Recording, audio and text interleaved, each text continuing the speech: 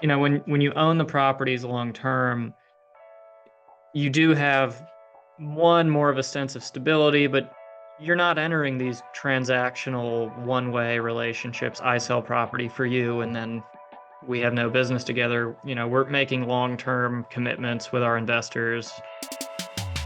Welcome to Multifamily Insights. I'm your host, John Casman, and I want to thank you for joining us for another great episode.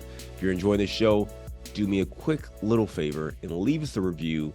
We want to hear from you. I want to get that feedback to make the show work harder for your investing goals, but also to help other people find this show and get some of the same benefits that you're getting. And if you haven't done so already, make sure you hit that subscribe button so you don't miss an episode. We got a great show today. We're going to be talking to Will Matheson. They say you're the average of the 5 people you spend the most time with. So if you want to grow as a multifamily investor, you have to spend more time with other multifamily investors. And an easy way to do that is to join our apartment investing mastermind group today.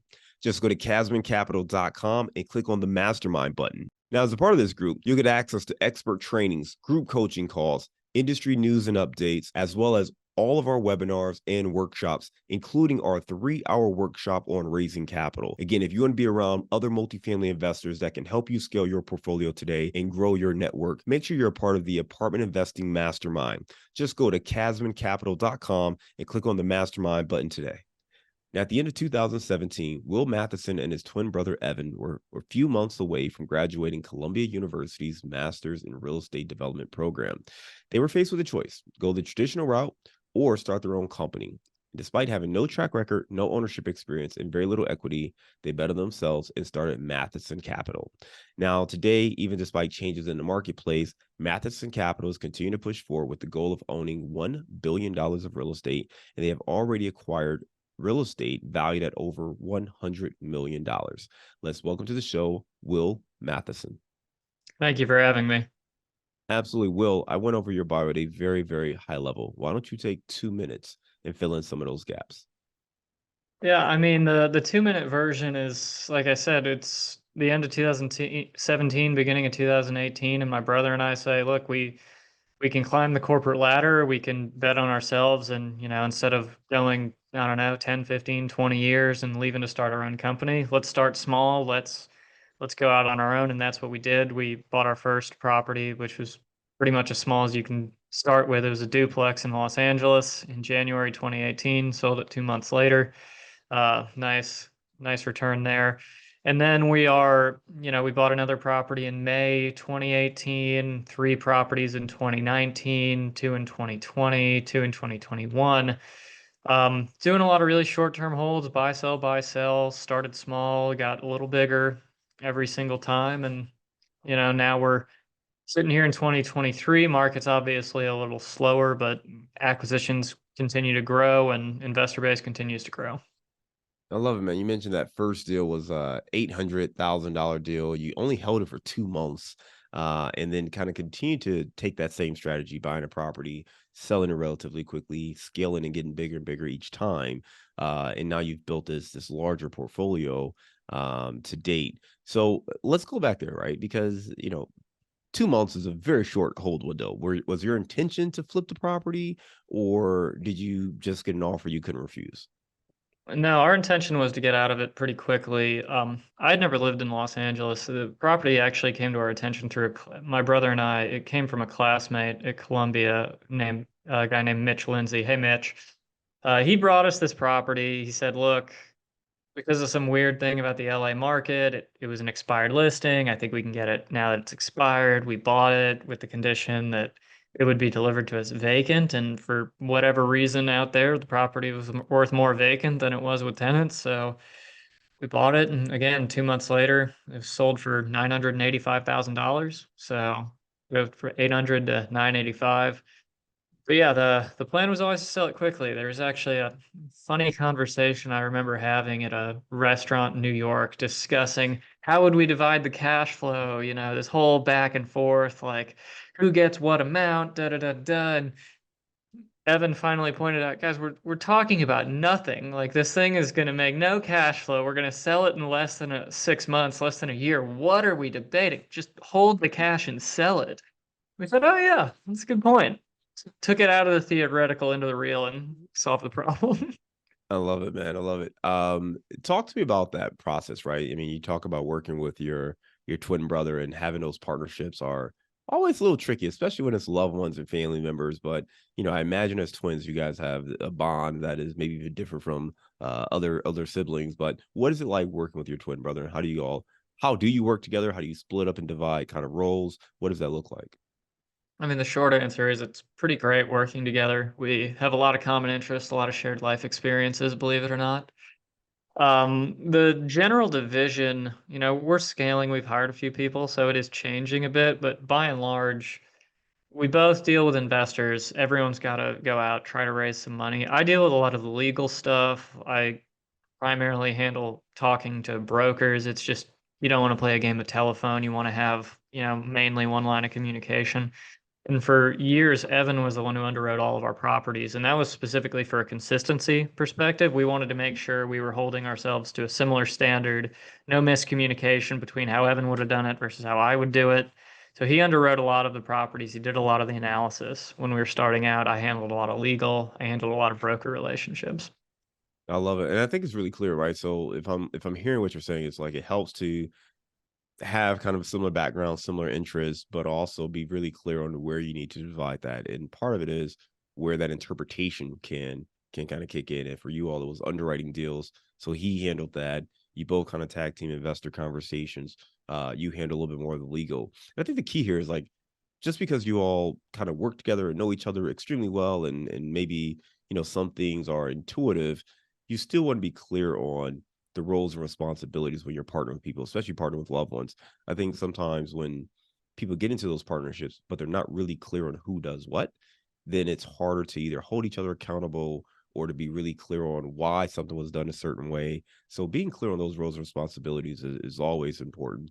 Do you feel that, or did you all have that from the jump, or was it the fact that you kind of had, other people you were working with as well, where you felt like, hey, we need to sit down and actually write out roles and responsibilities? How did you kind of come to that conclusion? No, I think we came to it pretty naturally. Evan has always been a really gifted financial modeler. I think every company he's ever worked for before we started, he would essentially go in and rework all of their financial models from scratch. For a while, I don't know if it's still the case, but for a long time, he was the answer key for Columbia's real estate finance tests. He would take the test, and his test would be used as a key for the grading the others. So he's a very good financial modeler, and quite frankly, I didn't want to do it. So that was a really, really good balance. He wanted to take that going back to before we started, you know, when we were both brokers at Marcus and Millichap. I dealt with a lot of calls to brokers. I dealt with a lot of calls to clients, et cetera, et cetera. I just spent more time on the phone with it than him. So it was a little more natural for me to have the broker relationships. So it just kind of fell into place naturally. Let's talk about the scaling of the business, right? You mentioned that first deal, you made 185K in 2 months. You were able to kind of move forward, find other properties, and continue to move down that pathway. Did you just continue to, flip properties essentially in this process? At what point did you kind of pivot to, okay, hey, let's buy this, let's hold it, let's actually operate it? So when we started out, we knew I view that there are three bottlenecks in this industry. One is your ability to see properties, get them from brokers, source them off market. The second one is your ability to analyze properties. If 100 come in one day, you can't analyze all of those. And the third one is to raise money. Because of Evan's analytical skills, because of my, background in brokerage, or both of our backgrounds in brokerage, we thought the first two weren't an issue. So equity was always our problem. And accordingly, we had to buy small properties because we weren't going to raise $3 million of equity back in 2018, 2019. And we held them for a very short period of time. And that was for a few reasons. One reason was, we bought our first property when we were 25. It would not be ridiculous for an investor to say, you don't know what you're doing. I couldn't push back on that. So we would do these short-term holds to say, hey, look, we bought it, we added value, we sold it. Proof of concept. We know what we're doing. So I want to say of the 13 acquisitions we've completed so far, seven of them have sold. And the longest hold period we've had of any of those sold assets was 2 years, 4 months, something like that. We went out with a very specific goal of 1 to 2 year holds on a lot of our early acquisitions, just to deliver that proof of concept to give investors outsized returns, because that was going to help us grow our network, grow more investors. It was a lot easier to grow the investor base saying, "Hey, look, I got this guy a 40% return," than it was saying, "Hey, look, I met my quarterly distribution the last 8 quarters. Isn't that exciting?" It is. It's good. You want to do that, but it doesn't jump off the page quite as much. I think it's interesting listening to you talk about it, right? Because from your standpoint, you're talking about really that investors, and when I say investors, I mean kind of a new investor, right? A new prospective investor, where they're looking at your track record, they want to know what you've done. And you recognized early on that, one, you were young. So you didn't have this, 10, 15-year investing career that you can show people. So to combat that, you said, hey, why don't we try to find deals we can create value, create it very quickly, and then show proof of concept with investors. So again, we're delivering a 20, 30, 40, 50% return, but we're also doing it in a much shorter window so that, people can see the value in working with us and partnering with us. You mentioned 13 acquisitions, 7 of them have gone full cycle. And the longest hold you've had so far is 28 months. So I think that just goes to show that, you were really focused on kind of building this out and building a plan. Um, as you look at the market, I know most operators are expecting longer hold periods. How do you see kind of your strategy changing given the current market dynamics? Well, our goal was always to start extending our hold periods. It's more of, when you have a longer hold period, you're really building more of a company. When you're doing the short hold periods, it's kind of providing more of a service. So we knew we wanted to start holding longer. But yeah, obviously we're in a different space. I think a lot of the value add space no longer really works the way it did. I always joke that if you show me a deal that's had 5 owners in the last 5 years, now the brokers are telling you replace the cabinets with something a little more textured and you change the hardware, you're getting $100 rent bump. It's not a real value add property. The market's been widely picked over, so really now it's about operations, heavy lifting, and it is going to be more of that natural rent growth over time. What real estate was before 2020. Yeah, I like that. I think that's the smart way of thinking about it, right? It's going back to fundamentals, and I think for groups who have been in that place, it may be somewhat refreshing to see some of the chaos kind of come back to normal. But ultimately, there's going to be opportunities for all investors. You said something about, when you're holding these properties longer term, you're really focused on building a company versus a service when it's more short term. Talk to me more about a company versus a service. So, I mean, it's part of the reason I got out of brokerage. I wanted to build. My issue with brokerage, and I was primarily a retail broker doing a lot of net lease deals.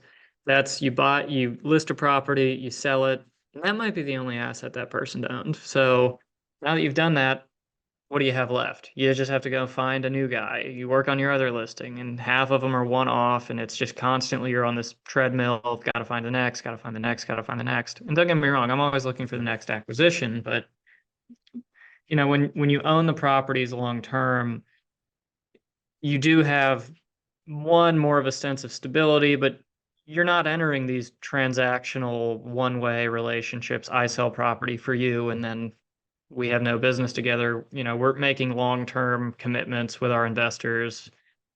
That's really what I mean. It's not, 1 year we're done. I hope this investor comes back. Most of our investors have come back. We have great investor retention, but when you're doing that 5 year partnership, that 3, 5, 7 year hold, that's a real partnership. It feels more like a business than just give money now, get money back later. I know that's the general thing we're all going for. It's just slightly different when you're holding longer. I think it's interesting too because sometimes I talk to folks who are focused on raising money and they raise private equity and maybe they come from the flipping world where they are used to working with someone who is used to lending money for 6 months or 9 months and are used to getting their money back. And to me, that falls more in that service bucket that you were talking about, right? It's more of a transactional approach where it's okay, I give you X amount of dollars for X amount of time, I'm going to get a return. And I think when you talk about the company, to me, that's more of a long-term relationship, right? It's less transactional.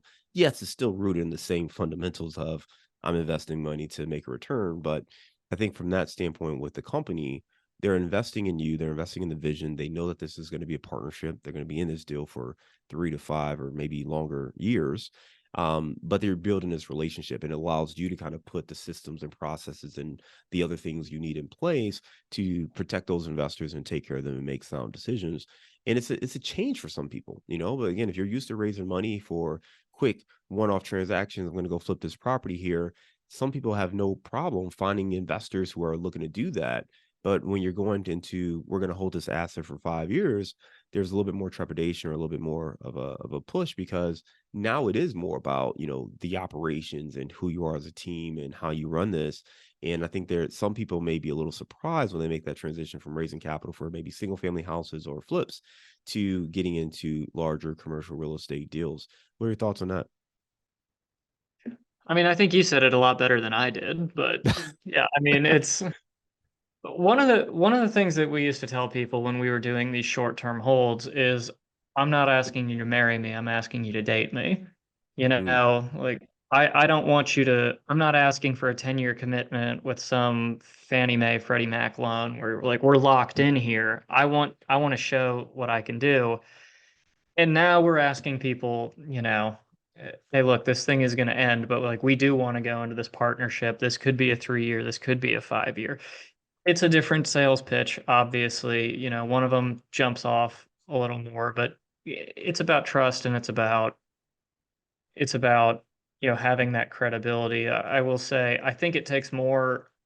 I do think you have to have a track record by and large if you want to have people lock in their money for the next 5 years, 7 years, 10 years.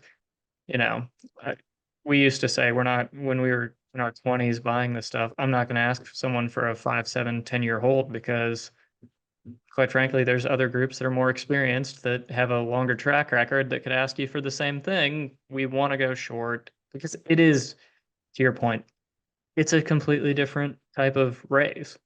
It really is a different type of raise. One's really liquid, one's really not. yeah. Technically, the short term is still illiquid, but look, it's got a short term horizon. It's illiquid for a short amount of time.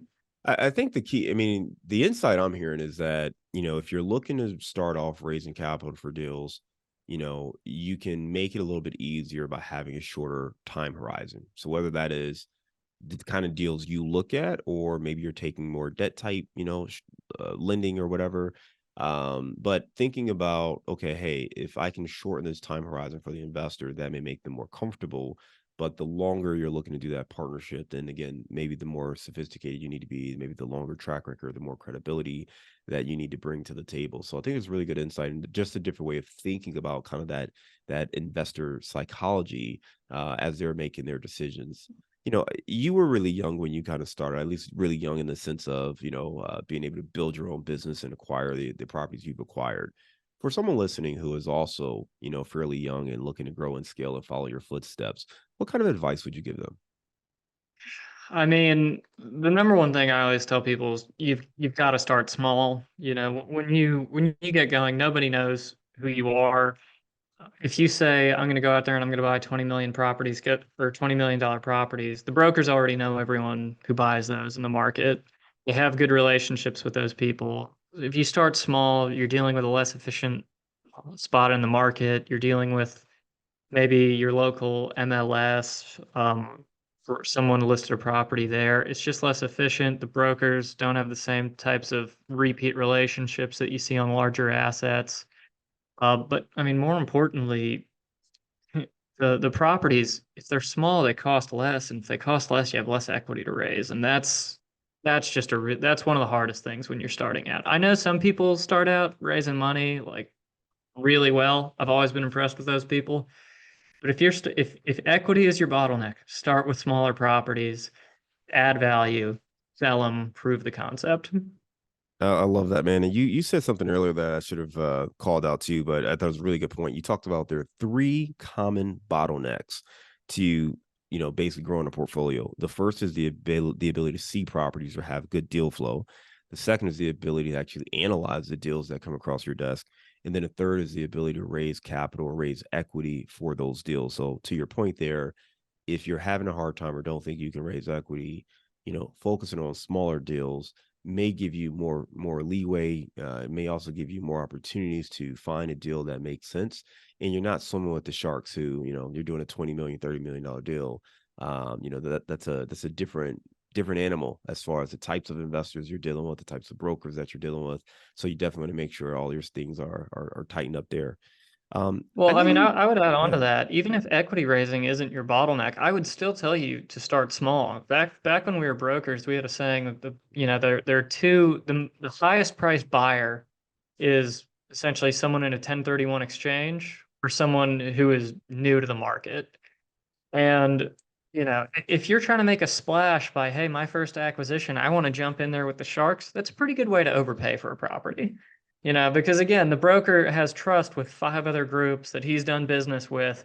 So if you're gonna win a deal away from that, you might have to put down some hard money, you might have to overpay.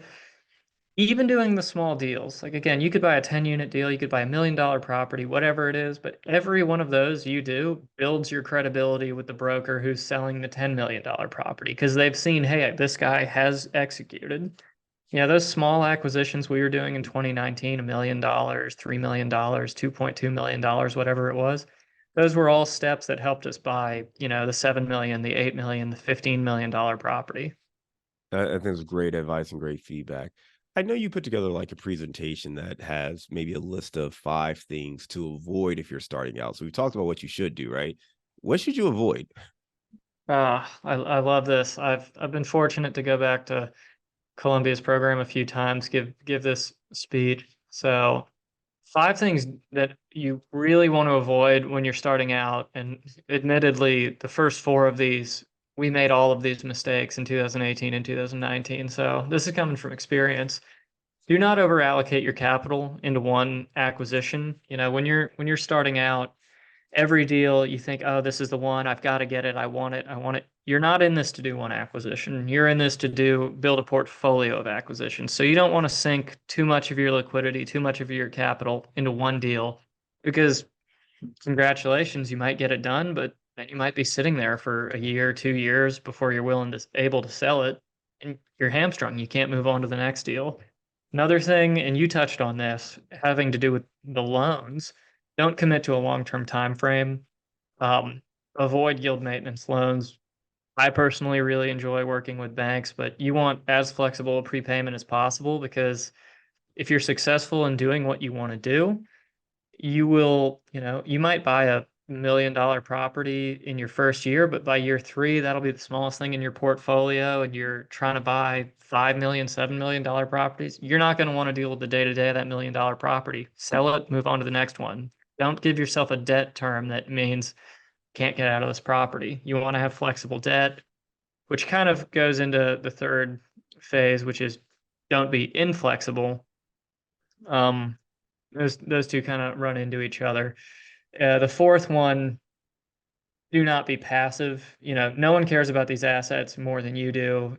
You might go up to a property manager who's got, 20 years experience. They've got however many units. They're going to tell you this, that, and the other. Don't be arrogant about it, but this is your baby. No one cares more about it than you are. You've got to be assertive. You've got to take charge of your own assets. And the fifth one, and some people can disagree, don't do ground up development. It takes a long time. It's incredibly risky. Buying the existing assets is just a bit of a safer move. So those are really the 5 things I say you should try to avoid when you're starting out.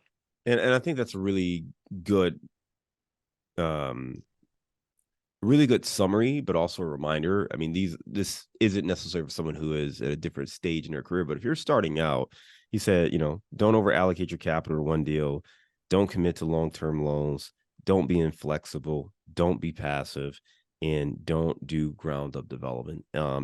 It's very interesting. The one point I wanted to follow up on is the do not be passive, because I think a lot of times when you're a newer investor and you surround yourself with other experienced team members, which is very intelligent and smart thing to do.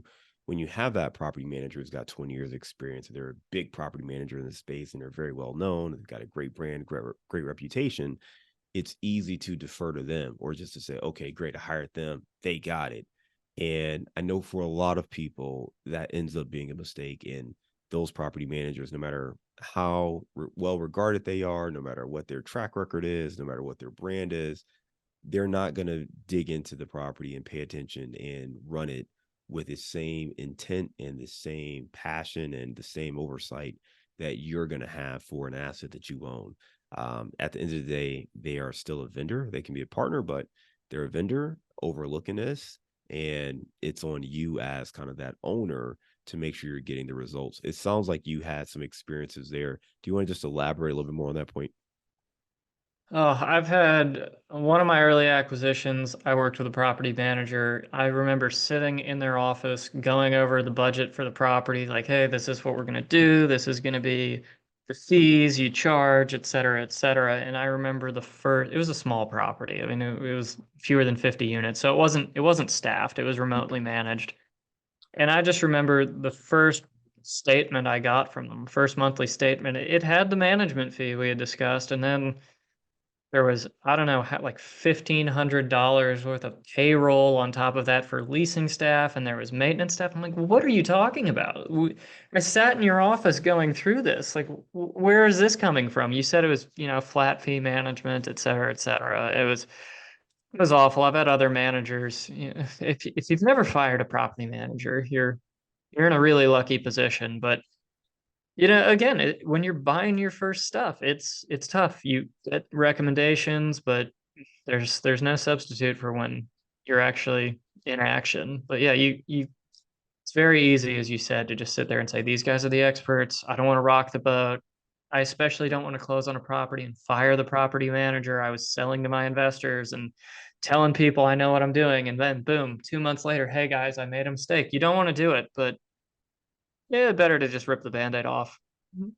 And I think that's the key, man. Is like you enter into this, and sometimes when you run it, you've got to make the best decisions for the property at that point. And the reality is, you know, uh, until you really get into it, you don't know what you got, and and that's just the reality of every deal. So you make the best decision you can, but I think it's refreshing to hear from you that, hey, you know what, this is one of the things that you're telling other investors starting out is, don't be passive. You have ownership, you have control, you have power. So use that. If you don't think something is going the right way or you disagree, speak up, step up. At the end of the day, as the owner, as the operator, you're accountable and you're responsible for getting the results. So blaming the property manager is just, that's not going to be sufficient for very long. So you got to make those tough decisions. Yeah, and Before I we don't kind want of, to confuse go ahead. that. I don't want to confuse that with being a passive investor. That's a great way to learn. You can invest in other people's projects, see what they do, ask Right. them questions. That's a great way to learn. I mean, just don't let the property manager steamroll over you. It's just you care about the property more than they do. There you go. I love that. Thanks for clarifying that just to make sure. Yes, we're not talking about being a passive investor. We're talking about being passive to the property manager. Before we move on to a round of insights, you've done some student housing as well. And I'm just kind of curious of why student housing for you. What is it that you like about it? And what's different, or what's a challenge that you face with student housing versus multifamily? So, student housing, the biggest challenge for student housing, I would say, is management. And specifically, it's a lot riskier than multifamily housing. Like we work with some partners where we do some owner management kind of they come into the GP, they do property management. Student housing is an area where I want no part of owner management because if you have all of your leasing starting August 1st, pre-leasing cycle is X, Y, and Z. If you mess up one leasing cycle in student housing, you can tank your property. In that situation, I don't want to touch owner management of student housing. Leave that to the professionals. Leave that to the people with a ton of units in the market. Because if I've got to turn, do make ready on, I don't know, however many beds of student housing in a 2 week period, I want the group with a big footprint. So when they call a vendor, that vendor answers. If I'm going alone in this market, I'm probably the last person they're calling if I've got like my 20 beds out of a 20,000 student university, and then you might mess up your leasing cycle, et cetera. So student housing is risky in the sense that you can ruin a good thing with one bad leasing cycle. As for the reasons I like it, I think the I think the whole like Animal House, like It's a hole in the walls, like parties every weekend, calling the cops. Like, I live in Charleston, South Carolina, where College of Charleston is. I don't think you see that so much in the student housing properties. It's more of an issue in the single family homes. But I mean, if you're talking about a student housing asset, there's a lot of pros to them. Number one, your tenant demographic is probably better than a lot of B and C class properties in terms of you can get parentally guaranteed leases. People are really worried about, doing something wrong because they think they'll get in trouble with their parents, which, they might. They're very concerned about that. But a lot of times nothing happens on a month to month basis. You get fully pre-leased, you get your move in. It's a very stressful time, but after August, you can, your monthly call might be, oh, this happened at the property. Oh, how's our pre-leasing number? If you get the management down, you get the pre-leasing down, it's very straightforward. This animal house notion of it's really raucous and there's holes in the walls that move in all the time. I just don't think that's accurate for some universities, not others. So I think it can be a really stable, in fact, more stable than multifamily in a lot of ways, investment that, pick a good school, pick a good manager. Just a fan. It's our most consistent cash flowing part of our portfolio. Huh. Very interesting. The takeaway I have is that it's consistent during the school year, essentially, right? It's pretty consistent there, but that leasing period is very time sensitive, and you better have the right people who can optimize and maximize that process with the turns, with everything you need to do. Because again, because it's not like apartments where you pretty much have the spring and summer, and yeah, it slows down in the fall, but you've got 7 or 8 months of the year where it's pretty normal. You really have a very short, tight window with student housing. So that's the one thing you have to pay attention to and worry about. The other thing you mentioned was the parental guarantees, which I think is really, really important to understand, is that most of these people, if their mom or dad are signing on these leases on their behalf, they're not going to go crazy and try to break stuff, knowing that they've got to deal with that on the back end as well. So really good points there. If you want to connect with Will, he's got his LinkedIn. He's available on LinkedIn. We're going to make sure we put a link to that in our show notes so you can connect with him there. Right now, we're going to move to our round of insights. Will, give me a failure or an apparent failure that set you up for later success. Oh, goodness. It's property, Greenwood Village. Really difficult asset. Bought it December 2019. Tougher neighborhood. Eviction moratorium hit us pretty hard. We had a lot of crime. It was our first. We learned a lot of what not to do from that asset. We had a lot of crime. There was no staff on property, so it was very hard to control. That property had yield maintenance debt on it, so we sold it after. That was our 28-month hold. We sold it after 28 months. We had to pay massive yield maintenance just to get out of it, but it learned a lot of lessons from that property. Very difficult, very fortunate to get our investors out. We bought it for 3.3 and we sold it for $4 million, but even then we had to pump so much money into it in the meantime. The big takeaway from that is if you're buying a property in a rougher area, I definitely want there to be staff on site.